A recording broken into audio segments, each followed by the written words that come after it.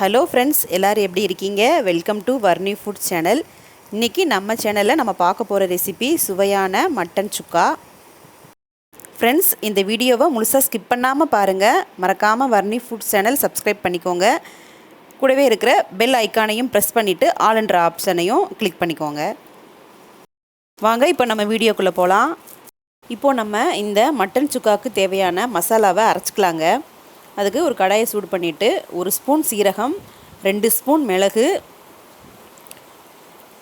1.5 spoon சோம்பு, பட்டை, ஒரு அன்னாச்சி பூ, 2 ஏலக்காய், 2 கிராம்பு இதெல்லாத்தையும் போட்டுட்டு லைட்டாக ஃப்ரை பண்ணிக்கலாம். இது கூட ஒரு 8 வத்தல் உங்கள் காரத்துக்கு தகுந்தாப்புல நீங்கள் சேர்த்துக்கோங்க. 2 ஸ்பூன் வர கொத்தமல்லி. இப்போ நம்ம எடுத்துருக்கிற மசாலா அளவு வந்து 1/4 கிலோ மட்டனுக்குங்க. இந்த மசாலா பொருட்களை எல்லாம் நல்லா வறுத்துட்டு நம்ம ஒரு 10 நிமிஷம் ஆற வச்சு மிக்ஸி ஜாரில் சேர்த்து நைஸாக அரைச்சி எடுத்துக்கலாங்க.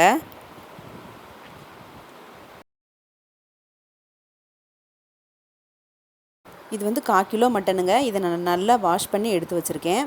கூடவே நைஸாக அரைச்ச மசாலாவையும் எடுத்து வச்சுருக்கேன்.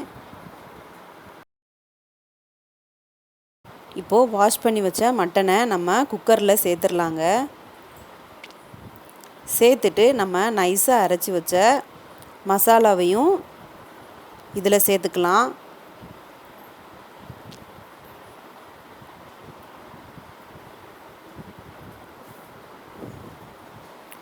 கூடவே 1 ஸ்பூன் மஞ்சள் பொடி, தேவையான அளவு உப்பு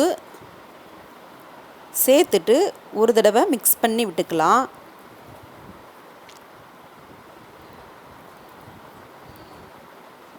இப்படி மிக்ஸ் பண்ணி விட்டுட்டு இப்போது நம்ம இந்த மட்டன் மூழ்கிற அளவு மட்டும் தண்ணி ஊற்றிக்கலாங்க. தண்ணி நிறைய ஊற்ற வேண்டாம். இதில் 2 ஸ்பூன் நல்லெண்ணெய் சேர்த்துட்டு நம்ம குக்கரில் ஒரு 5 விசில் வேக விட்டு எடுத்துக்கலாங்க. பாருங்கள், இப்போ மட்டனை வேக வச்சு எடுத்தாச்சுங்க. மட்டன் வந்து நல்லா வெந்திருக்கணுங்க மட்டன் சுக்காவுக்கு. இப்போது அடுத்து ஒரு கடாயில் 3 டேபிள் ஸ்பூன் நல்லெண்ணெய் ஊற்றிருக்கேங்க.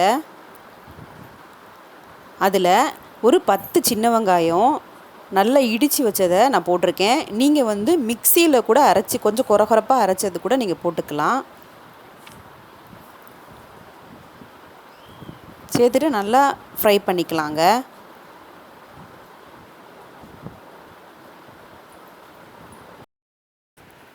இப்போது இது கூட ஒரு 2 வரமிளகாய் நம்ம சேர்த்துக்கலாங்க. சேர்த்துட்டு கொஞ்சம் பொன்னிறமாக வர வரைக்கும் ஃப்ரை பண்ணிக்கலாம். இது கூட 1 ஸ்பூன் இஞ்சி பூண்டு பேஸ்ட்டு சேர்த்துக்கலாங்க. சேர்த்துட்டு ஒரு 1/2 ஸ்பூன் மஞ்சள் பொடியையும் சேர்த்து கொஞ்சம் வதக்கிக்கலாம்.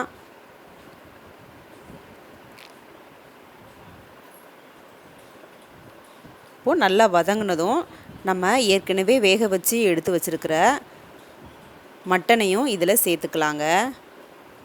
நம்ம மட்டனை சேர்த்த பிறகு ஒரு 5 நிமிஷம் நல்லா டீப் ஃப்ரை பண்ணிக்கலாங்க. இப்போ பாருங்கள், நல்லா தண்ணியெல்லாம் வற்றிருச்சு. மட்டன் சுக்கா ரெடி ஆயிடுச்சு. இப்போது இது கூட நம்ம கொஞ்சமாக கொத்தமல்லி இலையை தூவி விட்டுறலாம்.